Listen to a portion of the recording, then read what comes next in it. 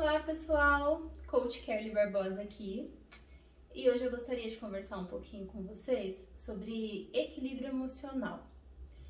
Mas sabe, eu gostaria de apresentar uma perspectiva diferente, porque a gente vê tanto aquela falácia de que a gente não pode ficar com raiva, a pessoa que tem equilíbrio emocional, ela não se altera. Gente, ter equilíbrio emocional agora é sinônimo de ser um robozinho? Como assim?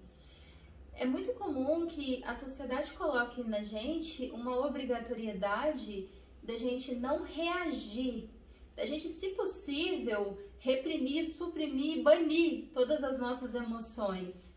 Aí quando a gente já não aguenta mais, que a gente está por aqui, a gente acaba vomitando de uma forma inadequada. Mas por quê? Porque é feio, é errado a gente sentir raiva.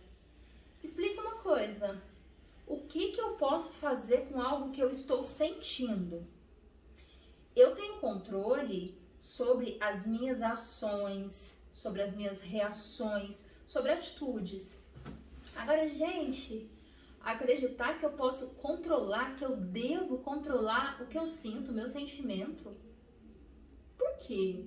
Por que a gente vive uma sociedade onde a gente não tem o direito de sentir emoções como a raiva, por exemplo?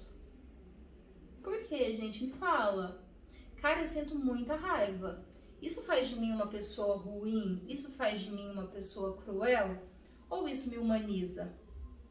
Será que o líder que sente raiva é uma pessoa horrível? Porque a partir do momento que eu entendo que é horrível sentir raiva, eu já aciono o mecanismo de culpa. Porque, nossa, cara, eu fiquei com raiva, eu não acredito. Aí eu acabo me sentindo a pior pessoa do mundo.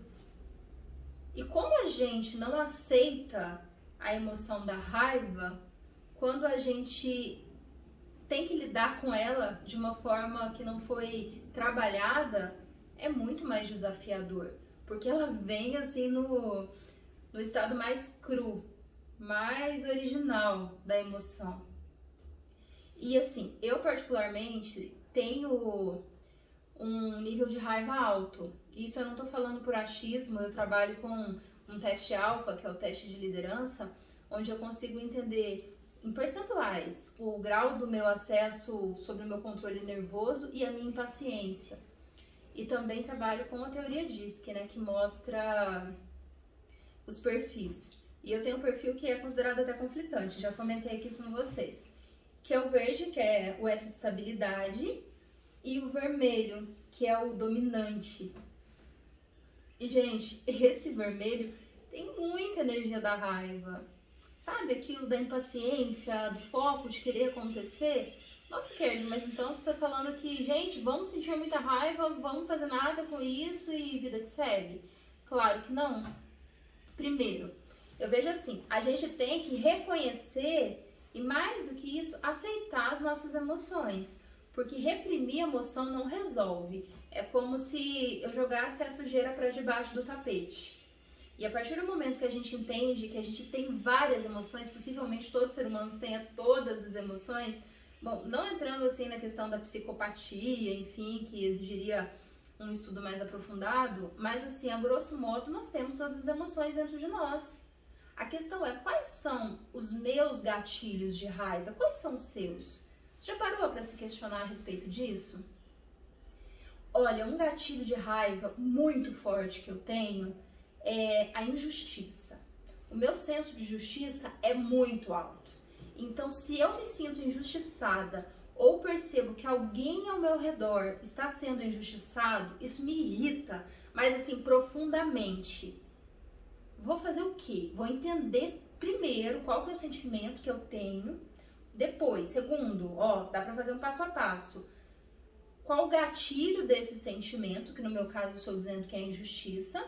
E terceiro, como eu vou fazer para reduzir os meus episódios de descontrole emocional. Zerar não existe, zerar não rola. Nessa vida a gente vai perder o equilíbrio de vez em quando. E como nós coaches gostamos de falar, né? E tá tudo bem. O que não tá tudo bem? Quando você sente raiva e ofende uma pessoa. E a gente às vezes cai nesse risco justamente porque a gente reprimiu a raiva.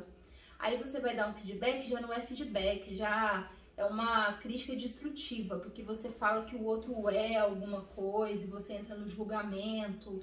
Isso acontece porque você não soube controlar, cuidar da sua raiva, entender a sua raiva. Justamente porque você prefere fingir assim que você é um alecrim dourado que não sente raiva. Aí como que a gente faz? Como que a gente pode brigar com um inimigo que a gente desconhece? Né? Por que a gente se sabota dessa forma? Então tá, recapitulando.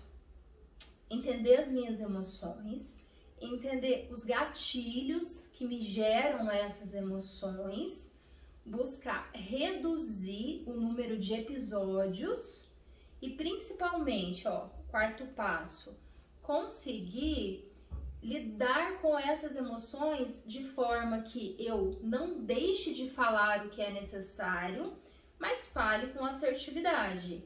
Vai dar certo 100% dos casos? Não. Principalmente porque quando a gente está falando do fator humano, gente, a gente está falando de energia, a gente está falando de santo bater também. Então, às vezes não vai rolar, mas precisa rolar no maior número possível de vezes. Você precisa ter autoconhecimento suficiente para se manter centrado em quem você é. Porque aí aquele episódio que você vai perder esse equilíbrio vai ser um episódio em vários e não todos os dias. Porque aí também você não vai suportar viver dentro de si e quem está ao seu redor também não vai te suportar. Muitas vezes, principalmente os líderes, eles entendem que eles não podem demonstrar raiva. Então eles ficam assim, engolindo. E o colaborador também. Morre de raiva do líder, mas engole seco, né?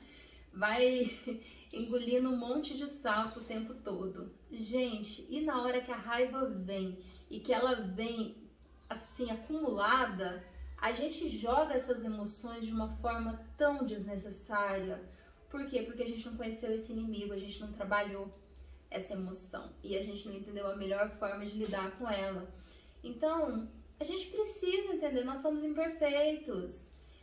Eu já chorei de raiva alguns episódios na minha vida e isso tem se tornado cada vez menos frequente, mas de vez em quando eu ainda me pego. Já aconteceu com você também?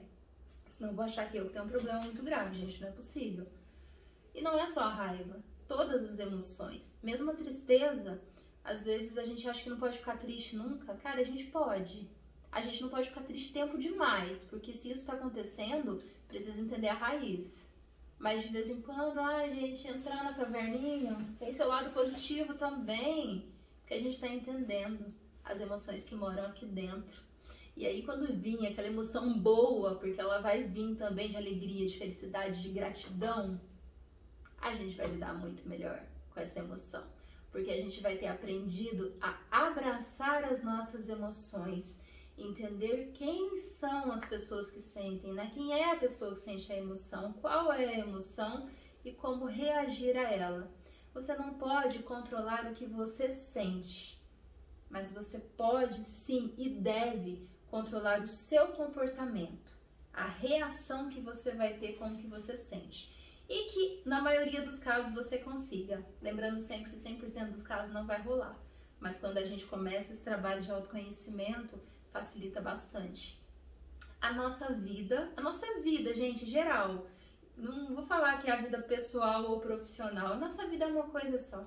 A gente só separa em fatias porque a gente tem necessidade de controle. Mas sobre o sabotador do autocontrole, a gente pode falar em outro vídeo. Eu espero que você tenha gostado desse vídeo. Se você gostou, já sabe. Se inscreva lá no canal da Geração K.